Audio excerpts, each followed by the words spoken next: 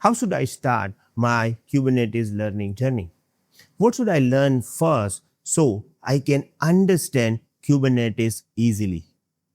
What is favorite subject of interviewer to ask questions related to Kubernetes?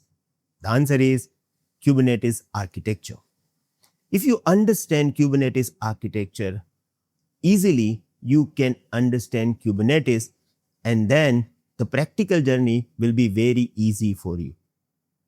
And in this video, we are going to talk about Kubernetes architecture. Welcome to CloudFolks HUB Zero to Hero Kubernetes program. My name is Bhavesh Atara. Let's start.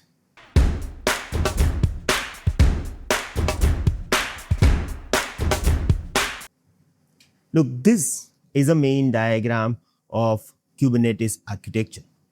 If you look at this, here we have control plane and we have multiple worker nodes, and we call it Kubernetes cluster. In each cluster, we have control plane and multiple worker nodes. Worker nodes is simple container host which is actually running our containers, and control plane is actual Kubernetes environment which is managing multiple worker nodes.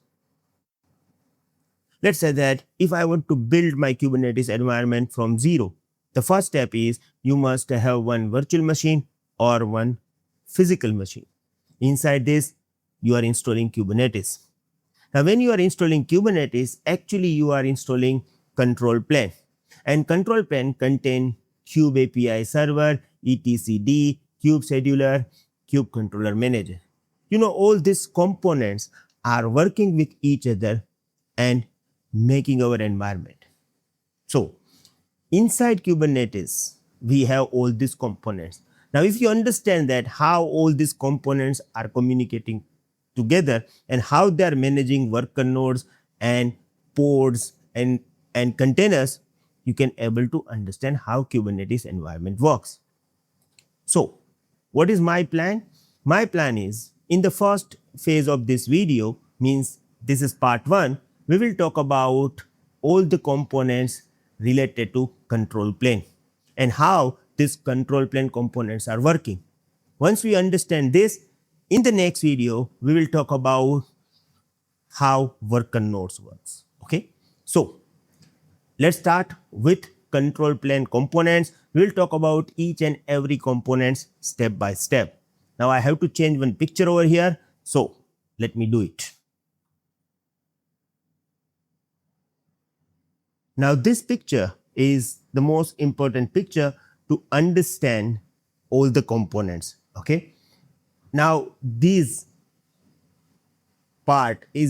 components are basically for worker nodes, so we will not talk about it. Our main aim is to understand control plane components first. Okay, now I'm going to start with the first. We call it Kube control.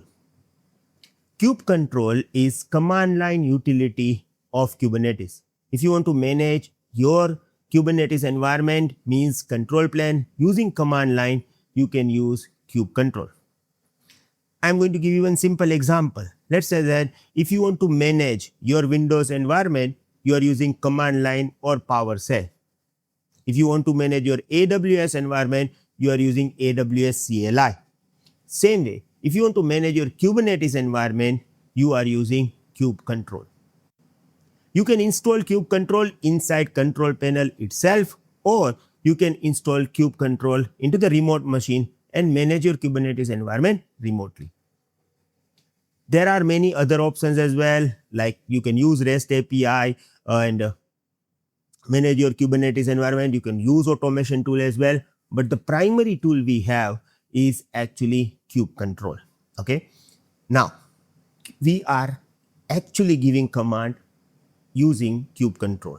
Okay, now let's say that we have one user and user wants to create 3 pods with 3 replicas, so he is actually giving this particular command. Now don't worry about command, what is this Kube control apply f, don't worry about it. Okay, just understand that the user requirement is to create pod with 3 replicas, so he use Kube control and executed this particular command. Okay. Now, whenever you will execute any command from kube control, the command is going to API server.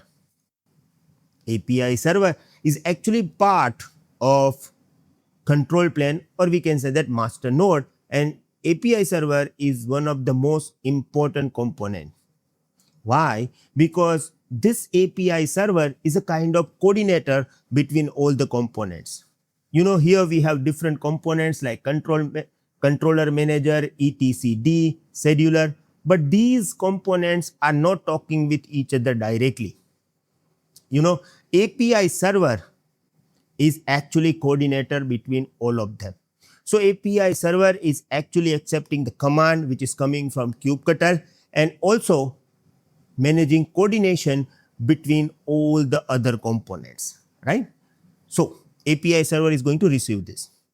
Now, whenever API server will receive this kind of request, it is directly going to the etcd. Now, etcd is actually database. It is a distributed key value store database, and it is responsible to store the states of your Kubernetes environment. You can say that etcd is a kind of memory of your Kubernetes environment, and API server will note down over here that user's requirement is 3 replicas or 3 ports. Now, if you look at this here, I wrote 0 means right now we don't have any replica, but user's requirement is 3. We call it desired state. Means currently we have 0 replica or port, but user's requirement is to have 3 ports, right? So API server will write down over here. Now, once this process will be over, here we have controller manager. Controller manager is always in the watch state, so it is always verifying that what is user's requirement. It is always trying to configure desired state and current environment. If you look at over here, desired state means user requirement is to have 3 ports. Currently we have 0. So control manager will find out that, okay, now it's my responsibility to create 3 ports. Now this controller manager having multiple controller, we are not talking about each and every controller right now because we are starting with the basic. Okay, one of the controller we have is like a replica controller, replica set controller, which is used to create this 3 ports. Now here I just want to mention this. Controller manager cannot directly going to read etcd. Controller manager is always reading etcd through the API server. So whatever the status we have inside etcd, controller is not going to read directly. Every communication is happening through API server. Okay. So controller manager find out that we have 3 replica requirement, means desired state is 3, we have 0, so it is going to create ports. Look here, we have 3 ports. Now we just register this port. These ports are not in a running state because we are running ports inside worker node. Okay, so we have just registered 3 ports. We find out that, okay, we have to create 3 ports. So look at this, the port status is actually pending. So controller manager, or we can say that one of the controller created 3 ports and status of this ports is running, sorry, the status of this port is actually pending, not running, right? Now, once you have this, we have another component like scheduler is coming into the picture. Scheduler again watching the whole status, like controller is always in a watch mode, this scheduler is also in a watch mode, and it will find out that we have 3 ports and these 3 ports are actually in the pending state. So I have to decide worker node. So scheduler's responsibility is to decide worker nodes. Scheduler will find out that, okay, we have like 2 worker node and we have 3 ports. So it will find out the CPU state, memory state.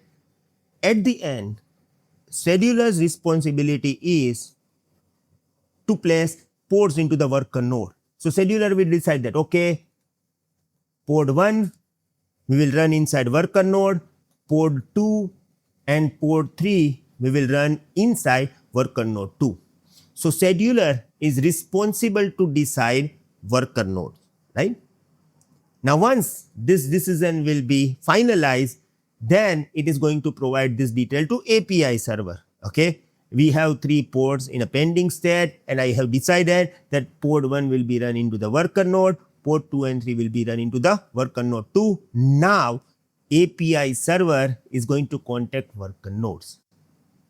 I hope you got this complete idea, and API server will write down the etcd as well, that we are going to place worker node port 1 into the worker node 1, and port 2 and 3 will be run into the worker node 2. So etc will have this detail as well. Now how API server is going to contact worker nodes and how it is going to place these ports inside worker node, we have to understand this as well, and we will understand it into the second part of this video.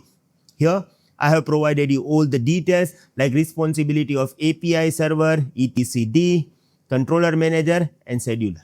If you want this particular template, you can download this from our website.